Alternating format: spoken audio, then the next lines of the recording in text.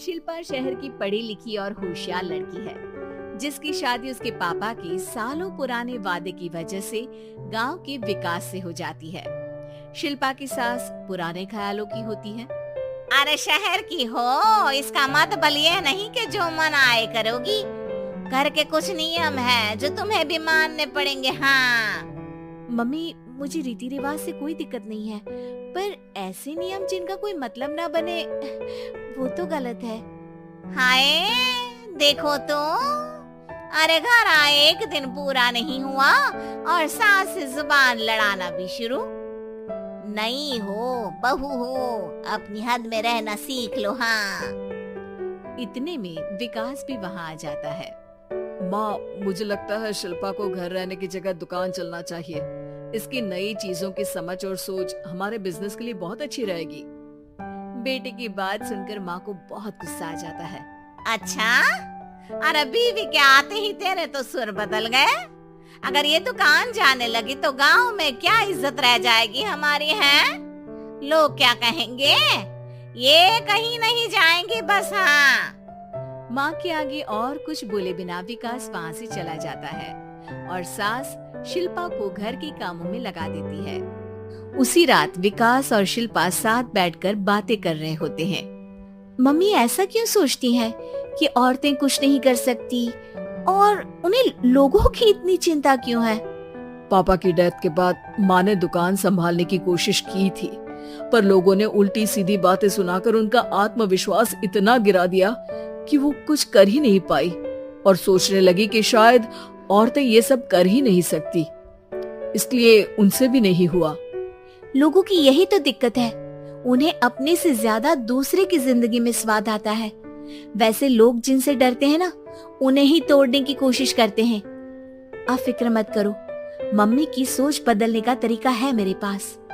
और अगले ही दिन से शिल्पा अपनी सास की सोच बदलने और लोग क्या कहेंगे के डर को खत्म करने की जद्दोजहद में जुट जाती है। मम्मी, आपको पता है गीता, बबीता, अरे जिनके ऊपर दंगल फिल्म भी बनी है। मैं फिल्म बिल में नहीं देखती। हाँ वो हरियाणा की लड़कियां हैं, दोनों रेसलर हैं। उन्होंने जब ये शुरू किया था ना, तो लोगों ने बहुत बातें बनाई, बुरा भला बोला, मजाक भी बनाया, लेकिन उन्होंने ना किसी की सुनी, ना अपने ऊपर से विश्वास खोया और ना ही हार मानी। और देखो आज किस मुकाम पर है। अरे तो ये सब मुझे क्यों सुना रही है? हाँ नहीं, बस ऐसे ही हमें अपने आसपास की खबरें तो रखनी चाहिए ना। ऐसा कहकर शिल्पा अपनी सास को सोच में डालकर वहाँ से चली जाती है। अब शिल्पा हर दिन दुनिया के अगेंस्ट अपनी हिम्मत से सक्सेसफुल बनने वाली लड़कियों की कहानी अपनी सास को सुनाने लगती है। इसी तरह कुछ समय बीत जाता है। और माँ, आजकल बहुत चुप रहती हो, सब ठीक तो है ना? बस कुछ सोचती रहती हैं, इसीलिए ज्यादा बोल नहीं पाती। ऐसा क्यों हुआ माँ, कोई दिक्कत है क्या? अरे तेरी पत्नी ही दिक्कत है। मैंने क्या किया? अरे रोज मुझे कुछ समझाने के मकसद से एक नई कहानी सुनाती है, पर खुद नहीं जानती कि मुझे सब पहले से पता है। हाँ तो फिर दिक्कत क्या है माँ? लोग क्या कहेंगे? अरे उनका तो काम ही है कुछ न कुछ कहना। आप ये सोचो कि उन्हें नजरअंदाज करके हम साथ मिलकर किस ऊंचाई पर पहुंच सकते हैं। बेटे और बहू की बातों से सोच में पड़ी माँ वहाँ से चली जाती है। अगली सुबह सबसे पहले तैयार सास आवाज लगाकर बेटे और बहू को बुलाने लगती है। अरे कहाँ सोते पड़े हो दोनों? किसी को घर में कोई काम नहीं है क्या?